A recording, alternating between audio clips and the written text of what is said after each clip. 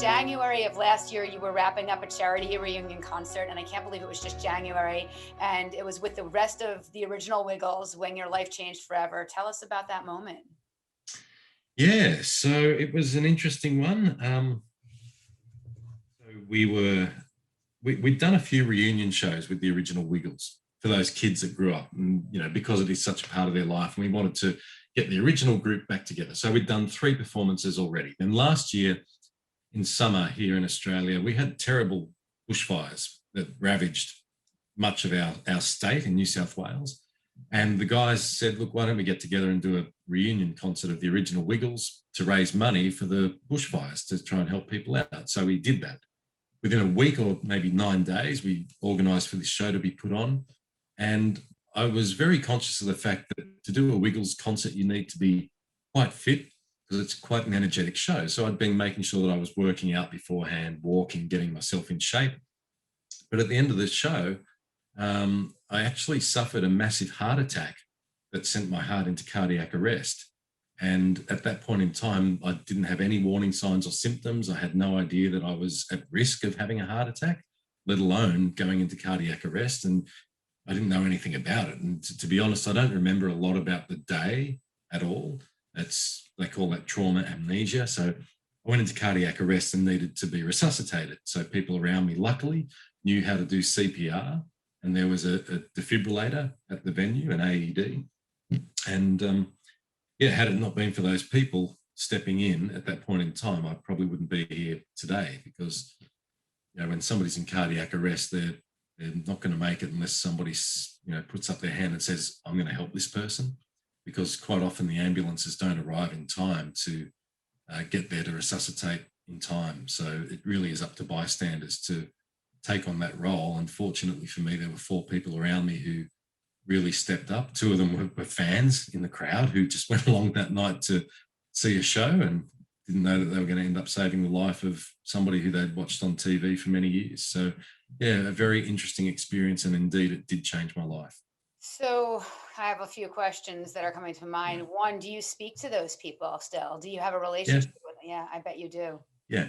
It's look, I don't talk to them every day. I think about them every day. And I just am just blown away by humanity, the fact that those people were there and did something that I probably wouldn't have known what to do had the tables been turned that night. And that's something that I've learned since then. There's many things I've learned since then, but yeah, those people, they're just amazing people. And it kind of affected them each differently.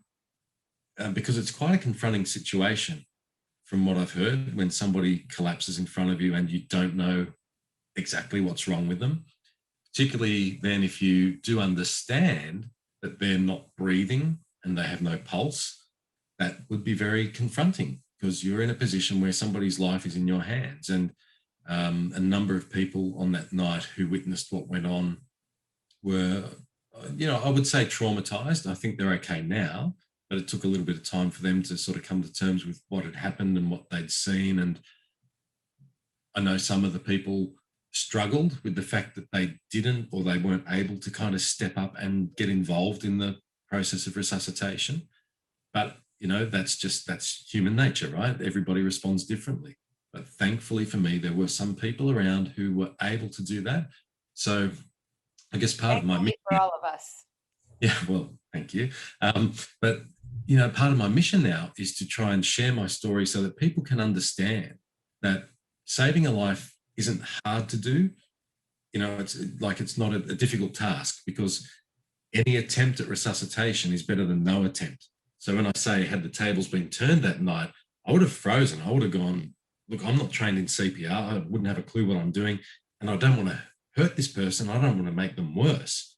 But what I know now is that any attempt at resuscitation is better than no attempt, and you can't make that person worse. When that person's not breathing and not responding, it doesn't get any worse because if you don't do anything, the worst outcome is guaranteed, right? Because if there's no intervention, that person's not going to survive.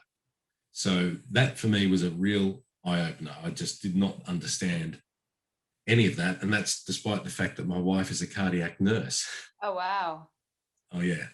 Yeah, that must be sobering after that experience and you kind of not feeling like you would have done that for someone else. It's like that's a little bit of a wake up call. Yeah, it's been a real wake up call. And like I said, it's now part of my mission to try and share that with other people so that if they're ever in that situation, as confronting and as worrying as it might be, to try and empower them to get beyond that and believe that they can actually save a life.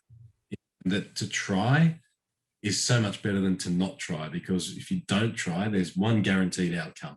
And if you do try, at least that person has a chance. And that night I had a chance because people stepped up and gave it a go. And thankfully I'm here to spread the word.